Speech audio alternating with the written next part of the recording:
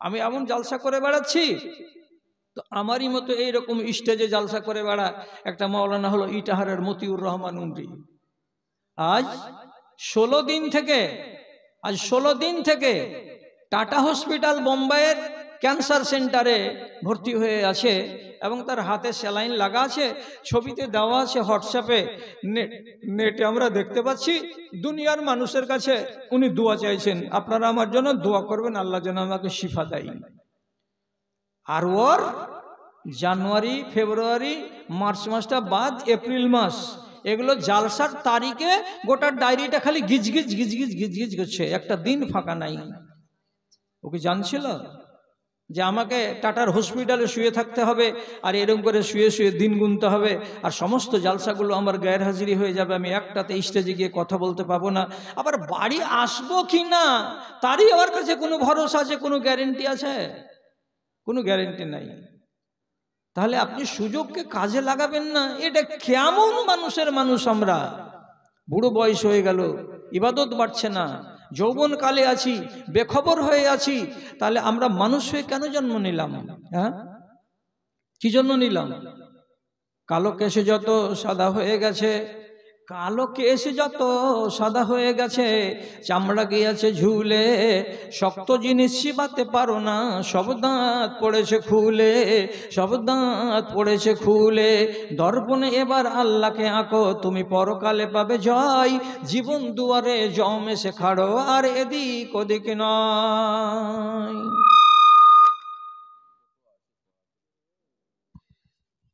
আসসালামু আলাইকুম। ওই একটা ঘোষণা দিতে বলছে কমিটি, ওরা ডেলিগেটে খাওয়াচ্ছে 100 টাকা করে এতক্ষণ পর্যন্ত, এখন 80 টাকা করে দাও।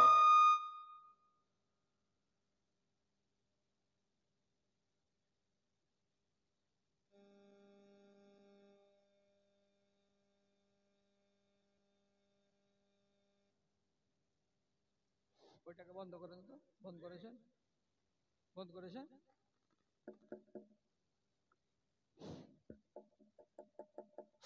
করে মাইকটা চালু কর না রে। না না, কেউ হাত দেয়নি। একটু দেখো, লাড়াছাড়া করো,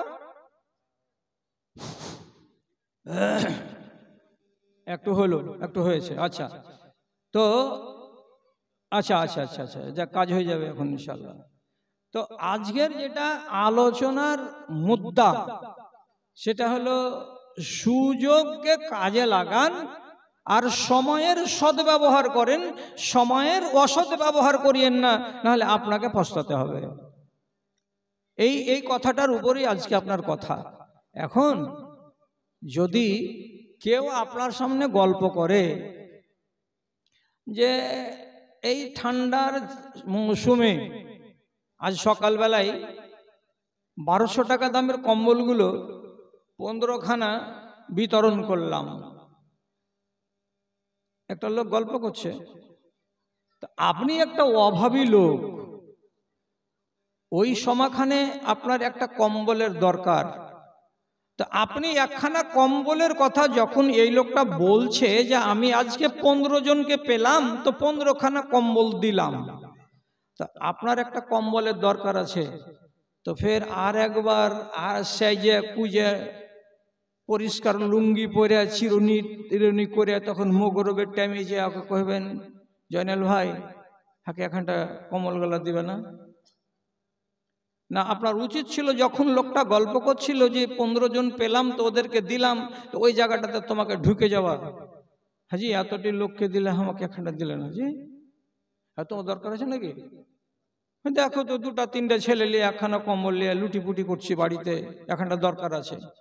তো তাকটাকে ধরতে হয়, সময়টাকে বুঝতে হয়, তাহলে পরে কাজে যশ হয়।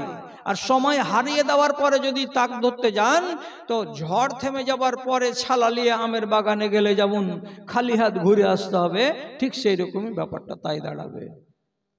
যদি বুঝতে না পারেন তো এটা বুঝেন, রাসূলুল্লাহ একদিন ওয়াজ করছেন, ওয়াজ করতে করতে বলছেন সাইয়াদখুলুনা মিন উম্মতি 70 আলফান আল জান্নাতা বিগাইরি হিসাব, আমার উম্মতিদের 70,000 জন লোককে আল্লাহ রাব্বুল আলামিন বিনা হিসাবে জান্নাত দিবেন। বিনা হিসাবে এরা জান্নাতে যাবে। কতটি? 70,000। 70,000 লোক বিনা হিসাবে আমার উম্মতীদের কিছু জান্নাতে যাবে। রাসূলুল্লাহ যখন জান্নাতে যাওয়ার কথা বলছেন, তো ওনার মুখ থেকে যদি একটা দোয়া বেরিয়ে যায়, একটা দোয়া আপনার জন্য, আমার জন্য, আর কাউরি জন্য, তো সাথে সাথে তো কবুল হয়ে যাবে। রাসূলুল্লাহ যদি খালি হ্যাঁ বলে দেন, তো ওইটাই তো হয়ে যাবে। তো যখন 70,000টা লোক বিনা হিসাবে জান্নাতে চলে যাবে, এ কথাটা শুনতে পেল, তখন ওই মজলিসে বসেছিল একটা সাহাবী, তার নাম উক্কাশা বিন মেহসান। উনি তখন সাথে সাথে নবীজির দিকে তাকে বলছেন, আয় আল্লাহ পাকের রাসূল, আল্লাহ ইয়াদউলি ইয়া রাসূলুল্লাহ উদউলি আইয়াজআলানিল্লাহু মিনহুম। হে আল্লাহ রসুল, আপনি একটু দোয়া করে দেন, আমাকে যেন আল্লাহ রাব্বুল আলামিন ওই 70,000 লোকের মধ্যে একজন নিয়ে নেন, আর আমি যেন 70,000-এর ভেতরে একটা লোক হতে পারি। কেন যে আপনার উম্মতের মধ্যে থেকে 70,000 জন লোক বিনা হিসেবে জান্নাতে যাবে, তো আমাকে যদি ওই দলে ঢুকিয়ে দেওয়া যায়, তো আমি বড্ড কপালওয়ালা হয়ে গেলাম।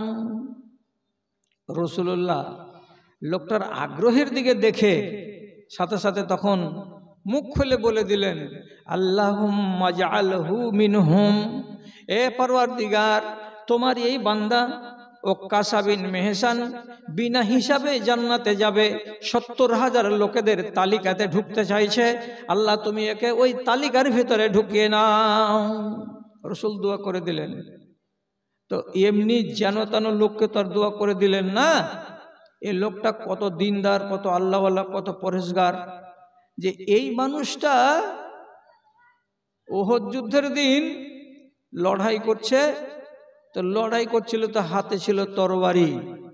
তো তরবারিখানা লড়াই চলতে চলতে চলতে চলতে আধখানি থেকে একবারে ভেঙে টুকরা হয়ে গেল। এতটুকুনি বেঁচে আছে।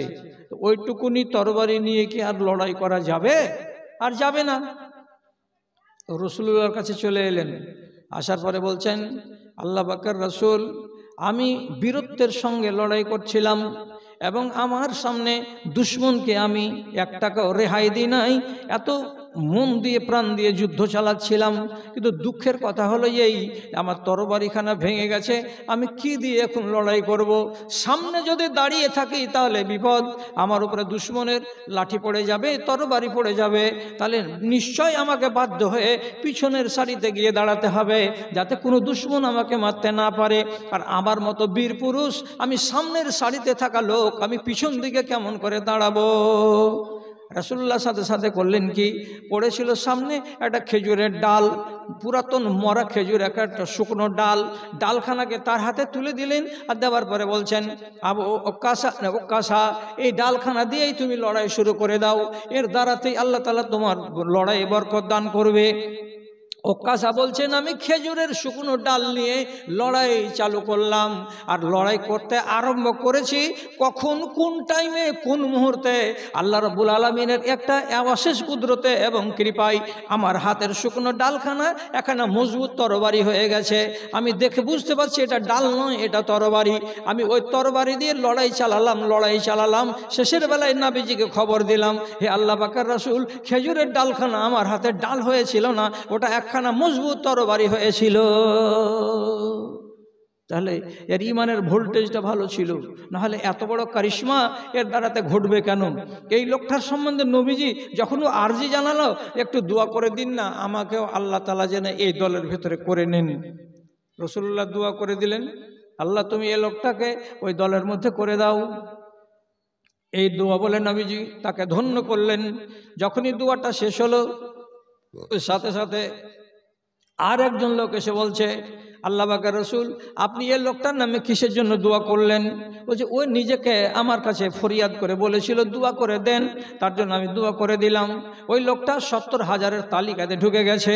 তখন এই লোকটা বলছে আপনি একজনকে যদি ঢুকিয়ে দিয়ে থাকেন তা আমার জন্য একটু দোয়া করে দেন না, আমাকেও যেন ওই লাইনে ঢুকিয়ে দেওয়া হয়, আমিও যেন 70,000-এর মধ্যে থাকতে পাই।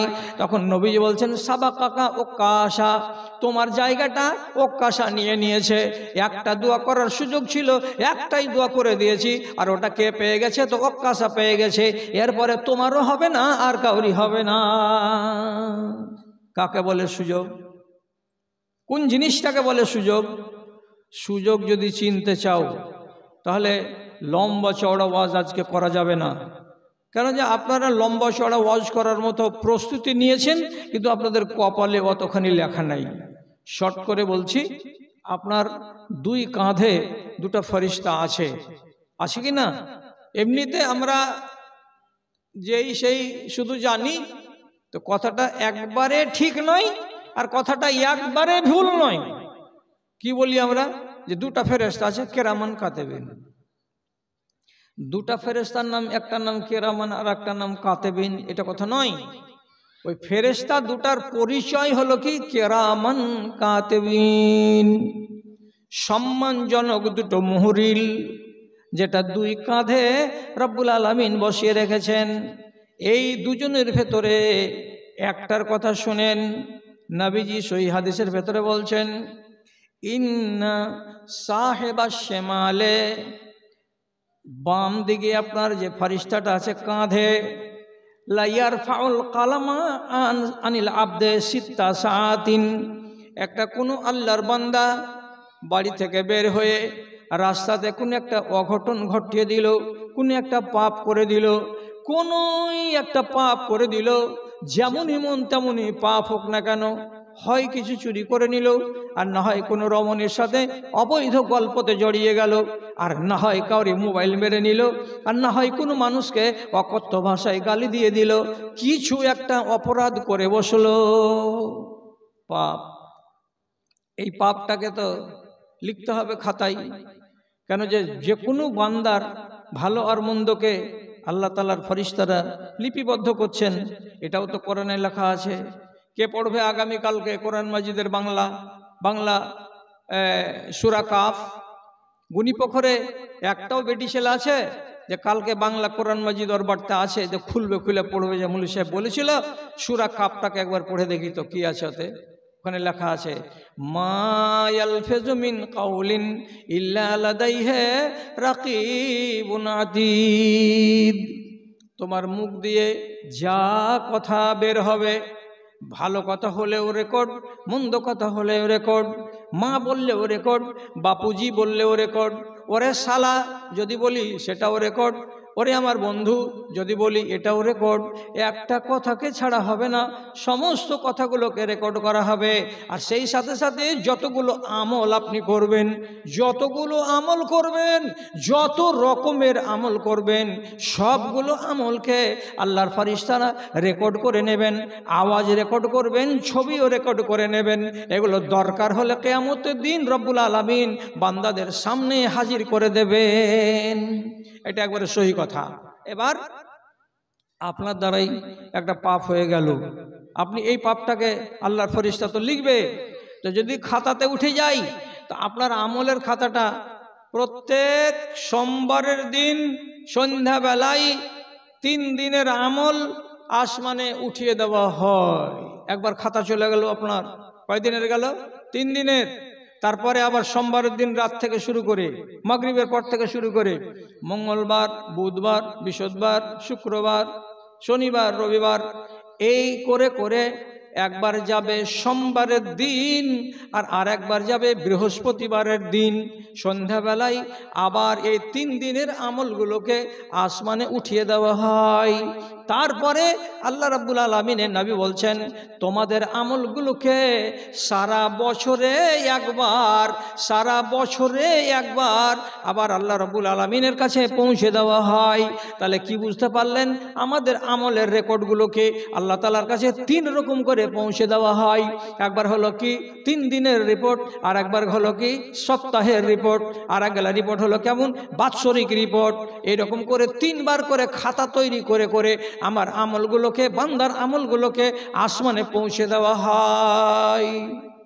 ফেরেশতা বসে থাকবে খাতা লিয়া, না লিখবে? তো লিখবে তো সবই।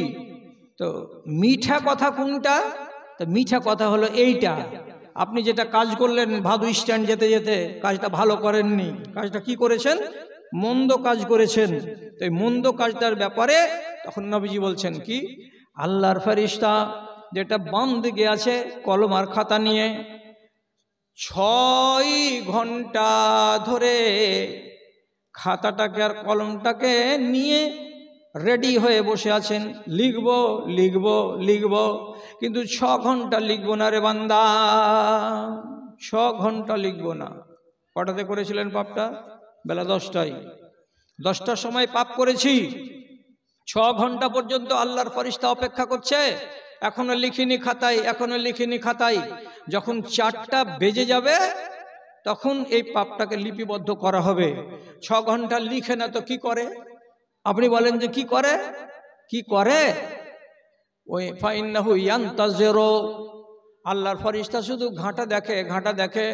ইনিস্তাগফারা, লোকটা যদি পাপ করার পরে 6 ঘন্টার মধ্যে মধ্যেই ইস্তেগফার করে, আল্লাহর কাছে মাপ চাই, ক্ষমা চাই, কি বলে, এই পরওয়ারদিগার, আমি বেলা 11টার সময়, বেলা 10:30টার সময় অমুকের বাগানে বাড়ির সামনে এই অন্যায়টা করে চলে এসেছি, আল্লাহ তুমি আমাকে মাপ দাও। তো বান্দা যদি ইস্তেগফার করে, ইস্তেগফার মানে কি? আল্লাহর কাছে মাপ চাওয়া। মাপ চাওয়া মানে কি? আরবিতে বলতে হয় আস্তাগফিরুল্লাহ, আস্তাগফিরুল্লাহ। নিয়াত করলাম কোনটা?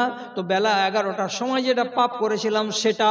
ওই নিয়াতে যদি আমি বলি আল্লাহ তুমি আমাকে মাপ দাও, আস্তাগফিরুল্লাহ, কিংবা আমি যদি বলি আস্তাগফিরুল্লাহ হে রাব্বি মিন কুল্লি যামবি ওয়া আতুবু ইলাইহি, এই ভাষাটা যদি বলতে পারি, আল্লাহ রাব্বুল আলামিন এনে বলছেন আলকাহু, আল্লাহর ফেরেশতা ওই পাপটাকে যে হাতে করে নিয়েছিলেন, লিখবার জন্য তৈরি হয়েছিলেন, পাপটাকে হাত থেকে ফেলে দেন জমিনে, যে যারে পাপ, যা তুই এখান থেকে সরে যা, তোকে আমি আমার খাতায় লিপিবদ্ধ করবে না। যদি 6 ঘন্টা পার হয়ে যায়, যদি 6 ঘন্টা গত হয়ে যায়, তাহলে কি হবে? ওইটাকে আল্লাহ রাব্বুল আলামিনের ফেরেশতা খাতাতে একটা পাপ বলে লিপিবদ্ধ করে দেবেন। এবার আপনার নামে, আপনার খাতায় পাপ জমা হয়ে থেকে গেল। কি করবেন এবার? সুযোগটাকে হাতছাড়া করবেন? সুযোগটা যদি বলেন যে আমি হাতছাড়া করে দিলাম, তাহলে এই গুনাহটা যে থেকে গেল, তো আরেকদিন তো বলবেন, বলে সাহেব মেলায় গুনাহ খাতা করেছি জি, তো এগুলা গুনাহ কেমন করে মাফ হবে? আমি আমার জীবনে নাম করা অনেক মানুষকে দেখেছি, ডন, যারাকে বলা হয় ডন। আমি নাম বলবো না, আল্লাহ তাআলা উনাদেরকে মাফ করে দিয়ে থাকেন তো আলহামদুলিল্লাহ। আমাদের এলাকায় একটা ছিল, আর বাটনা এলাকাতে একটা ছিল। ওদের দুজনের নাম শুনতে গেলে এটা আজকের কথা নয়, 50 বছর আগেকার কথা। আপনি বলবেন যে তুমি ফের 50 বছর আগেকার কথা কেমন করে জানলা? তা আমার বয়স হলো 65 বছর। আমার মা বাবা, নানা নানি, এদের মুখ থেকে সব শুনেছি, সব জেনেছি। ওই লোক দুটোর আওয়াজ শুনতে পেলে মানুষ রাতের ঘুম হারাম করে দিত। ডরে ভয়ে কোনোদিন এশারের নামাজের আগে আগে বাড়ি ঢুকতে পারলো তো পারলো, না তো 3জন 4জনকে সাথে করে নিয়ে বাড়ি আসতো। কি হবে আল্লাহ তুমি জানো। এরা নাহি একদিন ডন ছিল, কিন্তু মশলা কি বলেছি গোড়াতে আপনাকে, বুড়া যে বাঘ যখন বুড়া হয়ে যায় তখন ও বুজরুগ হয়ে যায়, আর কোনো গরুর, ছাগলের, ভেড়ার, বকরির ঘাড় মটকাতে যায় না। অথচ যৌবন কালে ওর সামন দিয়ে যদি কোনো শুয়ার গেছে, বকরি গেছে, ছাগল গেছে, ভেড়া গেছে, পেটে জ্বালা থাকলেও আর পেটে জ্বালা না থাকলেও ঘাড়কে মটকে দিয়ে মেরে দিয়েছে। ওই বাঘের যখন শরীরে তাগত থাকে তখন এই কাজ করে, আর যখন বুড়া হয়ে যায় তখন বুজরুগ হয়ে যায়, আর করে না। আপনিও তো করবেন, তখন তো বলবেন আল্লাহ আমাকে মাপ দাও, আল্লাহ আমাকে মাপ দাও, 25 বছর বয়সে অমুক জায়গাতে এই কাজ করেছি, আল্লাহ তুমি আমাকে ক্ষমা দাও। এক একটা গুনার নাম নিয়ে নিয়ে আপনি আল্লাহ তাআলার কাছে মাপ চাইবেন। এটা তো আমাদের ফিতরাত, এটা তো আমাদের নেচার। তখন কি হবে? কি হবে? আপনি যে সুযোগকে হাতছাড়া করেছেন, তখন কি সুযোগটা ছিল? শুধু আস্তাগফিরুল্লাহ এটা বলতে গেলেই মাফ হয়ে যেত, কিন্তু আপনি সুযোগটাকে হাতছাড়া করতে গেলে এবার কি দশাটা দাঁড়াবে? অনেক লকড়ি কাঠি পোড়াতে হবে, অনেকখানি মেহনত করতে হবে, অনেকখানি কষ্ট করতে হবে, তারপরে ওই গুনাহটা আল্লাহ তাআলা মাপ দিবেন। অত সহজে মাপ দিবেন না। আল্লাহ মাপ দিবেন, কিন্তু আপনাকে লকড়ি কাঠি বেশি পোড়াতে হবে। এই জন্য রাসূলুল্লাহ কি করতেন?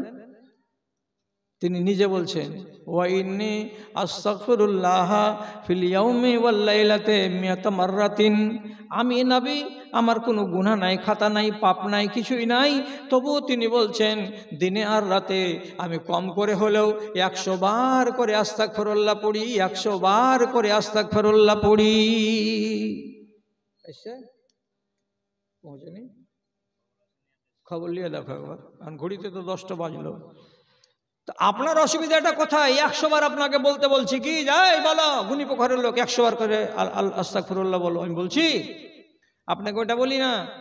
আমি বলছি চলতে ফিরতে, কখনো সখনো, দুপুরে, ভাটিবেলায়, মাগরিবে, জোহরে, সকালে একাধবার করে আপনার মুখ থেকে শুধু বেরিয়ে যাবে কি কথা? আস্তাগফিরুল্লাহ। অভ্যাস করেন, অভ্যাস করলে সব হয়ে যাবে। আরে অভ্যাস করেন আমার ভাইয়েরা আর আমার বোনেরা, অভ্যাস করলেই অভ্যাস হয়ে যাবে। আস্তাগফিরুল্লাহ পড়া একটা নিয়ম করে নেন যে মাঝে সাঝে আস্তাগফিরুল্লাহ বলবো, আপনার কোনো গুনাহ খাতা গায়ে থাকবে না। মানুষ হলো অভ্যাসের দাস। একগুলো লোক আছে এই দুনিয়াতে, ওই লোকগুলো কি করে? ওরা হলো তাসাউফ, ওরা নিজেদেরকে বলে সুফিবাদ। আমরা সুফিবাদী, সব সময় জিকির জিকির জিকির জিকির জিকির ছাড়া ওরা থাকবে না। তো ওরা ট্রেনিং করে, ট্রেনিং করতে গেলে একদিনে হবে না, 1 মাসে হবে না, 1 বছর লেগে যেতে পারে। আবার যখন এটা করা হয়ে যাবে তখন ওদের দিব্য অভ্যাস হয়ে যাবে। কেমন? ওরা নিন্দ পড়বে, তো ওদের নিন্দ পড়ার সাথে সাথে যতবার করে শ্বাস যাবে আসবে লা ইলাহা ইল্লাল্লাহ হবে। আপনি হাসছেন, নিন্দ পড়তে পড়তে কোনো মানুষ কখনো লা ইলাহা ইল্লাল্লাহ কহে? অভ্যাস করেছে এইরকম। কি করে? ট্রেনিংটা কি করেছে? জ্ঞান থাকা অবস্থাতে বসে বসে শুধু এটাই ওয়াজিফা পাঠ করেছে। কেমন করে? শ্বাসটা যখন নিবে তখন লা ইলাহা, আর ছাড়বে তখন ইল্লাল্লাহ, লা ইলাহা ইল্লাল্লাহ, লা ইলাহা ইল্লাল্লাহ। অভ্যাস। টানছে তখন লা ইলাহা, ছাড়ছে তখন ইল্লাল্লাহ। এই করে করে করে করে করে 1 মাসে, 1.5 মাসে, 2 মাসে, 6 মাসে, 8 মাসে, 10 মাসে এই ট্রেনিং চালিয়ে চালিয়ে চালিয়ে চালিয়ে ওর এমন হ্যাবিট হয়ে যাবে, ও যখন ঘুমিয়ে থাকবে তো ঘুমন্ত অবস্থাতে ওর কাছে যদি দাঁড়াবেন তো ওর মুখ থেকে ওইরকম আওয়াজ বেরিয়ে আসবে। শ্বাস টানছে তো টানছে তো লা ইলাহা, ছাড়ছে তো ইল্লাল্লাহ। আচ্ছা, বাবা রামদেব আর পেটের এই ভুঁড়িটাকে পাকে পাকে ঘুরেছে, এটা কেউ দেখেছে? দেখেছে? আর এই ভুঁড়িটাকে গো, এই ভুঁড়িটাকে খালি গায়ে গেঞ্জি টেঞ্জি তো থাকে না, খুলে দিল আর দেওয়ার পরে আপনার সামনে ব্যায়াম করে দেখাচ্ছে। পেটের এই ভুঁড়ির জায়গাটা এমনি গোল গোল গোল গোল হয়ে পাকে পাকে পাকে পাকে ঘুরছে। তো কি করেছে? অভ্যাস করেছে বলে তো। আপনি আস্তাগফিরুল্লাহ পড়া অভ্যাস করে নেন দিনে আর রাতে, মাঝে সাঝে বলতে থাকবেন, একটা অভ্যাসে পরিণত হয়ে যাবে। যখন তখন বলবেন আস্তাগফিরুল্লাহ আস্তাগফিরুল্লাহ, তাহলে আপনার গুনাহ গায়ে থাকবে না। কি বললেন নবীজি? তোমাকে 6 ঘন্টা সময় দিয়েছিলাম বান্দা, পাপ করার পরে তুমি খেয়াল করনি। আজ তোমার মনে হয়েছে যে রে কি কাজ করেছি, আমি তো এত বড় গুনাহ করে বসে আছি, এখন আপনি মাপ চাইবেন। তা আল্লাহ তাআলার কাছে মাপ চাইতে গেলে এত পুরানা পাপের বেশি সময় দিতে হবে আর বেশি কষ্ট করতে হবে। কেমন? আর আস্তাগফিরুল্লাহতে হবে না। কি করতে হবে আপনাকে? রাত জাগতে হবে। আল্লাহ তাআলা কোরআনে বলছেন অবিল আসহারে হুম ইয়াস্তাগফিরুন। কিছু মানুষ জেগে যায়, আর জেগে যাওয়ার পরে রাত্রি 2:30টা 3টার সময় যখন সারা জগতের মানুষ ঘুমায়, তখন সে আল্লাহর কাছে হাজিরা দেয়। মসজিদে গিয়ে কি করে? ইস্তাগফিরুন, আল্লাহর কাছে মাপ চাই। এটার মানেটা কি? এটা নিয়মটা কি? আবু বকর সিদ্দিক রাদিয়াল্লাহু তাআলা আনহু বলছেন, একটা নমাজ আছে, নমাজটার নাম হলো সলাতুল হাজা, কিংবা নমাজটার নাম হলো সলাতুত তাওবা। আল্লাহর কাছে তওবা করবেন বলে যদি নমাজ পড়েন, তো হযরতে আবু বকর সিদ্দিক রাদিয়াল্লাহু তাআলা আনহু বলছেন, ওযু বানাও রাতের বেলায়, এবং সুন্দর করে ওযু বানিয়ে হালাল রুজি খেয়ে হালাল টাকার কাপড় পরে আল্লাহর মসজিদে যাও, আর যাওয়ার পরে 2 রাকাত নামাজ আদায় করো। আর 2 রাকাত নামাজ আদায় করার পর এবার তুমি তোমার এই খাকসার হাত দুখানেকে আল্লাহ রাব্বুল আলামিনের সামনে খাড়ো করে দাও, আর দেওয়ার পরে তুমি মাপ চাও আল্লাহ তাআলার কাছে। নিজের ভাষাতেই মাপ চাও, আরবিতে যদি পারো তো আরবিতে মাপ চাও, কিন্তু মাপ চাও রব্বুল আলামিনের কাছে।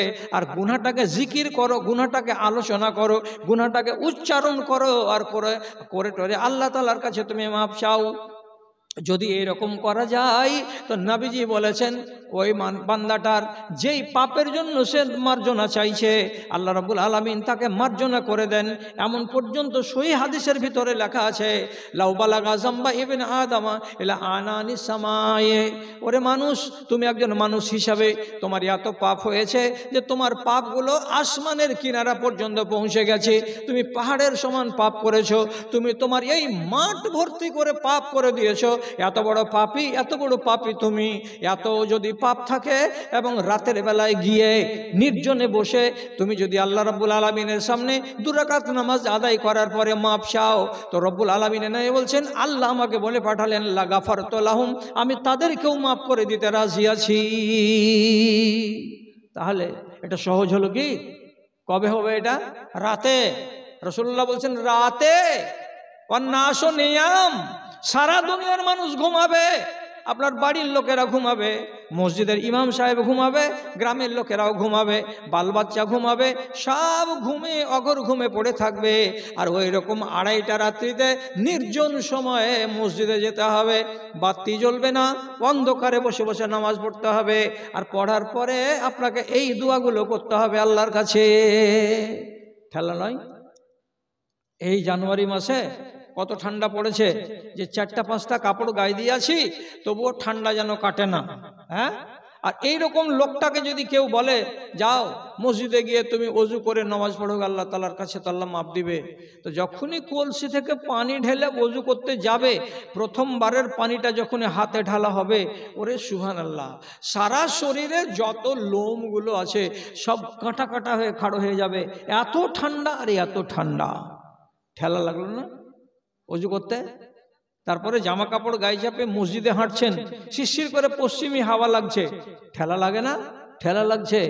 মসজিদে গেলেন, কোনা থেকে নামাজ পড়ছেন 2 রাকাত ঠান্ডাতে, ঠেলা লাগছে। আবার ওইখানে বসে বসে আল্লাহ তাআলার কাছে আরাধনা করে বলছেন, আল্লাহ তুমি আমাকে মাপ দাও। কয় মিনিট সময় দিলেন? 15 থেকে 20 মিনিট সময় দিলেন। দেওয়ার পরে বাড়ি এলেন মনে মনে যে আল্লাহ আমাকে মাপ দিয়েছেন। তো আপনি সহজ কাজটাকে সুযোগ হাতছাড়া করার কারণে কেন জটিল করতে গেলেন?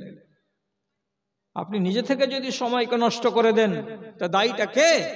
এই জন্য আমি গোড়াতেই আপনাকে বলেছি, সুযোগকে হাতছাড়া করবেন না, আর সময়ের সদ্ব্যবহার করতে শিখুন। আল্লাহ তাআলার নবী বলছেন 6 ঘন্টা তোমাকে টাইম দেওয়া হয়, আপনি সময়টাকে নষ্ট করলেন কেন? তাড়াতাড়ি যদি আমি করতাম তো আমার অসুবিধাটা কোথায় ছিল? অসুবিধা তো ছিল না। কিন্তু আমি এমনই মানুষ, সুযোগ কথাটাকে আমি বুঝি না। আমি একটা সহি কথা আপনাদেরকে বলে দেই, আর বলে দেওয়ার পরে আমি চেষ্টা করছি আপনাদের পরবর্তী বক্তা যেটা কাটিহার থেকে এসেছে ভোজপুরি আমার মনে হয় পৌঁছে গেছে এতক্ষণ পর্যন্ত, তো তাকে আবার স্টেজে নিয়ে আসা হবে। তো ওটা হাজার হোক আপনাদের কাছে নতুন মুখ, আর আমি তো হলাম পুরাতন, আমার মুখ নতুন নয়। কি কথাটা বলছি, কথার দিকে খেয়াল করুন, যে কটা লোক আছেন আপনারা তাকেই বলছি। আল্লাহ পাকের নবীর স্ত্রী আয়েশাকে অপবাদ দিয়েছিল কয়েকজন লোক। অপবাদটা কি? এক যুদ্ধে গেছিলেন নবীজি আয়েশাকে সাথে করে নিয়ে, যুদ্ধটার নাম হলো গাজওয়ায়ে বানি মুস্তালাক। তো যখন ওখান থেকে রওনা হবে তো এক গেলা টাপ্পর থাকে আরব দেশে, ওই টাপ্পরের ভেতরে ফিমেল বসে যাবে, আর লোক যারাকে নিযুক্ত করা আছে ওরা এই টপ্পরটাকে চারদিক থেকে ধরে উটের পিঠে চাপিয়ে দিবে, দিয়ে ওটাকে কষে দিবে, উটকে খাড়ো করে দিয়ে এবার রওনা হবে। তো মা আয়েশা ছিলেন খুব হালকা হালকা ওজন।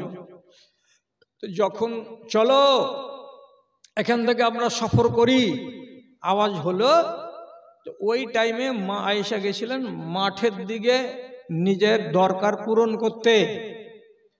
তো যারা এই টপ্পরটাকে উটের পিঠে বাঁধবে তারা তখন করলো কি, পর্দা দিয়ে ঘেরা আছে, দেখতে তো পেল না, মনে মনে ভাবলো যে ভিতরে তো আম্মা আয়েশা আছে। তো চারজনে মিলে টপ্পরটাকে ধরে উটের পিঠে তুলে দিল, গিরহা বেঁধে দিল, উটকে খাড়ো করে হাঁটা দিয়ে দিল। এরা মনে মনে ভাবছে আয়েশা টপ্পরে আছে। এক মঞ্জিল চলে যাওয়ার পরে রসুলুল্লাহ যখন আরামের জন্য সাহাবীদেরকে থামালেন, তো নিজের বিবির টপ্পরের কাছে উটের কাছে এসে বলছেন, আয়েশা বাহির হও। তো আয়েশা উটের টপ্পরের ভিতরে নাই। বলছে কি হলো আয়েশা, যাও যাও যাও, যেখান থেকে আমরা সফর করেছি ওখান পর্যন্ত দেখো, এ তো হারিয়ে টারিয়ে গেল। তো অন্য আরেকজন সাহাবী সব পিছে উনি আসছিলেন, উনি মা আয়েশাকে মাঠের ভেতরে একাই পেয়ে তার কাছে গিয়ে বললেন, আপনি একাই কেন, উটে চড়ে যাননি কেন? তো বলছে আমি আসছি তো আমার উট রওনা হয়ে গেছে, তখন আমি দিশা না পেয়ে এই বালুর উপরে গরম বালুতে চাদরখান পেড়ে দিয়ে আমি গায়ে কাপড় চাপিয়ে আরাম করছি যে কেউ তো আসবে। তো বলছে চলেন আমার উটে আপনাকে নিয়ে চলে যাচ্ছি। তো উনি উটে করে মা আয়েশাকে চাপিয়ে নিয়ে চলে আসলেন। তো এই যে রাস্তাখানি এলেন, বাহারাল থেকে হাঁটা দিয়ে শামসি পর্যন্ত 14 কিলোমিটার রাস্তা, একটা নর আর একটা নারী, আর তো কেউ নাই। মানুষের ভেতরে যখন ওয়াসওয়াসা দেয় শয়তান তখন কি না কথা হয়। একটা একান্ত আপন লোক আবু বকর সিদ্দিকের রিশতেদার, তার নাম হলো মিস্তাহ, আর আরেকটা লোক তার নাম হলো হাসান বিন সাবিত। এরা আওয়াজ তুলল কি বলে, যে মা আয়েশা একাই একাই চলে আসছে, এত দূর রাস্তাকে অতিক্রম করে, সাথে আর কেউ নাই, একটাই মাত্র পুরুষ লোক, বেটা ছেলে। আমরা নাউজুবিল্লাহ আয়েশাকে পাক দামান মনে করতে পারি না, আম্মা আয়েশাকে এখন আর পরিষ্কার পরিচ্ছন্ন বলে দাবি করতে পারি না। নাউজুবিল্লাহ, হতে পারে তারা এই বেটা ছেলে এবং একজন মেয়ে ছেলে, এরা নিশ্চয়ই নিশ্চয়ই মন্দ কাজে জড়িয়ে হবে। দেখেন ধারণাটা কেমন জিনিস। এরা সাহাবী, কিন্তু ইবলিশ শয়তান কি কাউকে ছাড়ে? সাহাবী হলে কি হবে? নবী আলাইহিস সালাতু ওয়াস সালামকে দিয়েও তো ইবলিশ শয়তান ফুসকুড়ি মুসকুড়ি দিয়েও তো এক একটা ভুল করিয়ে দিয়েছেন, আর সাথে সাথে তখন নবীজি আল্লাহর কাছে তওবা করেছেন। তো আমাদের মতো মানুষ কি আর রেহাই পায়? দুজন সাহাবী যখন এই ঘটনা করে দিল, তো কত কষ্ট পেলেন নবীজি। যে আয়েশাকে ছেড়ে একটা ঘন্টা থাকেন না, একটা বেলা থাকেন না, সেই আয়েশার কাছ থেকে রাসূলুল্লাহ 40 দিন দূরে থাকলেন। মাঝে মাঝে একবার করে যাইতেন দেখতে শ্বশুরের বাড়ি।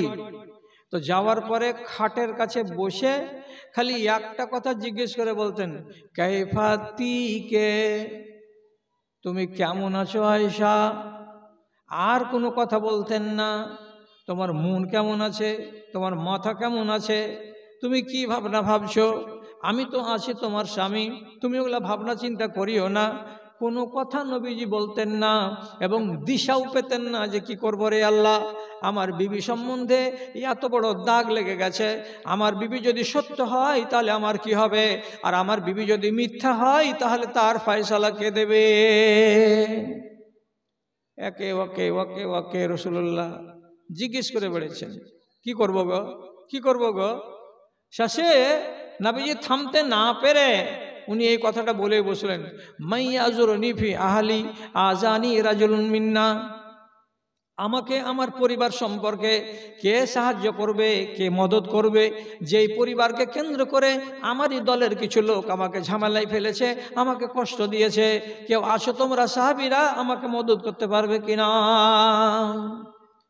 শেষে একদিন একটা বাড়ির কাজের মেয়ে ছেলে, তো ওই মেয়ে ছেলেটার নাম হলো বারিরা, বেটি ছেলে কাজের মেয়ে, ওকে যে নবীজি জিজ্ঞেস করে বলছে, বারিরা,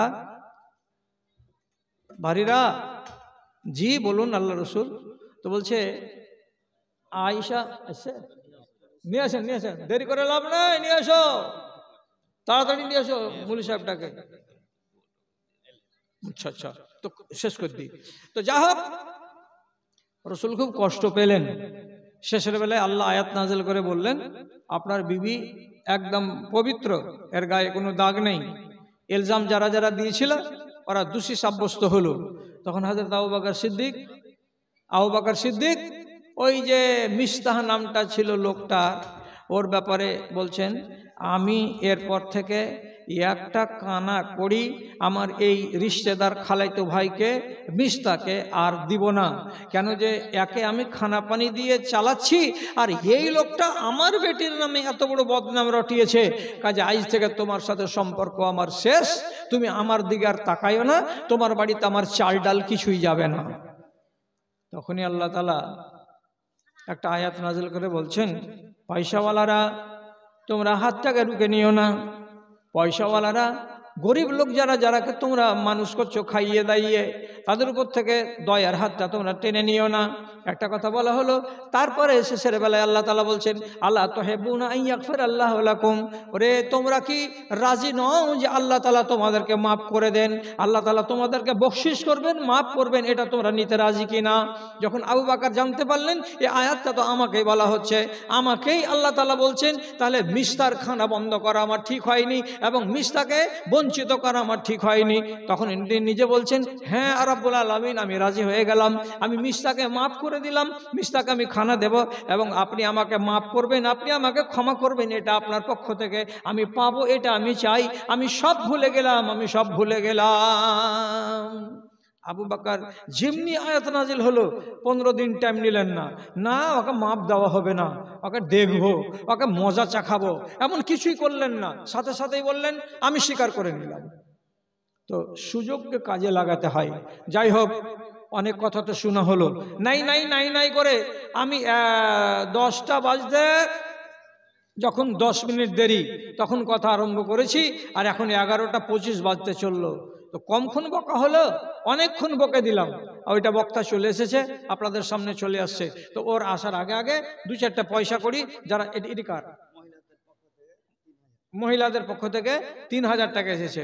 আর আচ্ছা, আর বেশি কতটি বা আসবে, তোমরা তো এই পুকুর পাড়ে এই ছোট কয়েক বাড়ি গালা, এর ভিতর থেকে আমিনা ফতেমা মিলিয়ে 150 জন বেটি ছেলে, তাতে দিয়েছো 2600 টাকা, আলহামদুলিল্লাহ মাশাআল্লাহ জাযাকাল্লাহ। আর একবার দুবার এসছে, আল্লাহুম্মা আইয়িদহুম বিল ইলমি ওয়াল হিলমি ওয়া যায়্যিনহুম বিল ঈমানি ওয়াত তাকওয়া ওয়া লা তুআররিজহুম ফিতানা ইয়া রাব্বাল আলামিন। আল্লাহুম্মা ইগফির লাহুম ওয়ারহামহুম ওয়াআফিহিম ওয়া'ফু আনহুম ওয়া আকরিম নুজুলাহুম। রব্বানা তাকাব্বাল মিন্না ইন্নাকা আনতাস সামিউল আলিম। আমিন আমিন বিরহমাতিকা ইয়া আরহামার রাহিমিন। আরেকজনকে বেনামিতে 100 টাকা দান, এ দান মঞ্জুর করো পাক সুবহান। আরেকজন আমার ভাইজানকে এখানে 150 টাকা, আরেকজন বেনামিতে 100 টাকা দান, কবুল করো তুমি পাক সুবহান, মিটে তাদের মনে আরমান। ওহি আল্লাহ রুমেলা বিবি নিজের স্বামীর নামে 600 টাকা দান করেছে। আল্লাহুম্মা ইগফির লাহু ওয়ারহামহু, আল্লাহুম্মা আইয়িদহু বিল ইলমি ওয়াল হিলমি ওয়া যায়্যিনহু বিল ঈমানি ওয়াত তাকওয়া। পরওয়ারদিগার আলম, যতদূর পর্যন্ত চোখের জ্যোতি যায় অতদূর পর্যন্ত তার কবরকে তুমি মুনাওয়ার করে দাও।